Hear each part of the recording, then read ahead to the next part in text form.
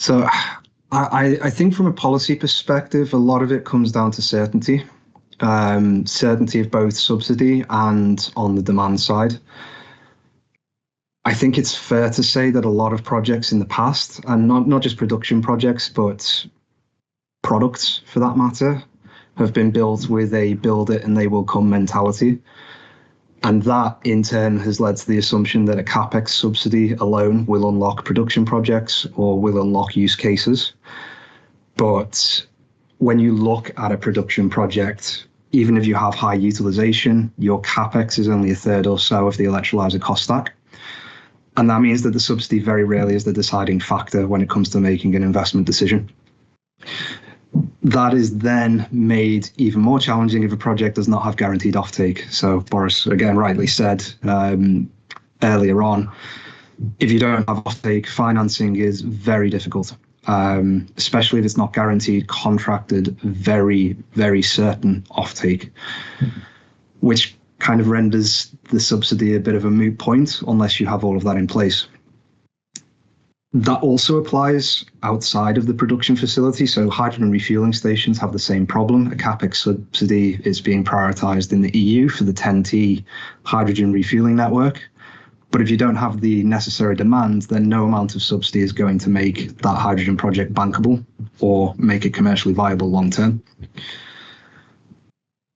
I think on the flip side of that, the UK has the hydrogen production business model, which operates in a similar way to the contracts for difference scheme. That subsidizes the cost of production itself rather than a capex subsidy. But even that model faces certain challenges. So the first hydrogen allocation round, the average strike price of projects was £9.50 per kilo at the production site. And that's prohibitive when we're looking at projects that are trying to displace natural gas for a fraction of that price. The hydrogen production business model also disallows risk-taking intermediaries, which, when the industry already has difficult in balancing risk between suppliers and customers, and you need to find mutually risk-appropriate terms for both the supply and the customer side, especially for multi-year contracts that we're talking about to make these plants bankable. Disallowing those risk-taking intermediaries or ways to mitigate those risks poses a real financing challenge.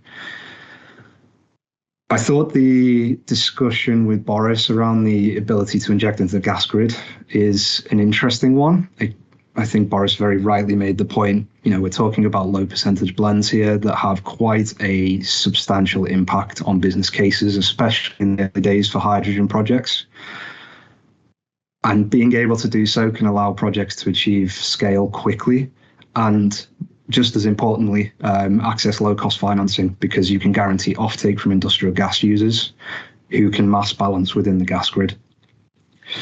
That really helps to get past the chicken and egg problem that we've always seen in hydrogen, which is what comes first, supply or demand. In reality, you need both at the same time, and you need certainty of both.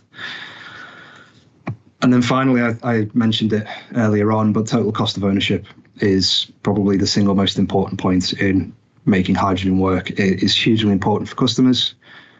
We can't, even if we get the production price to a point where it unlocks business cases, if the demand side technologies are still experimental or on very small scales, or we're developing bespoke solutions for every customer, then the total cost of ownership to the customer will remain prohibitive, and uptake will always be slow.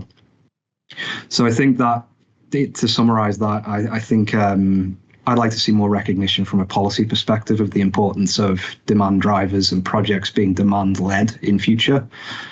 So policies to stimulate the research, development and scale-up of hydrogen technologies, policies that support production projects that are importantly demand-led and can produce competitive business cases that have certainty of offtake. And I think both of those are really important.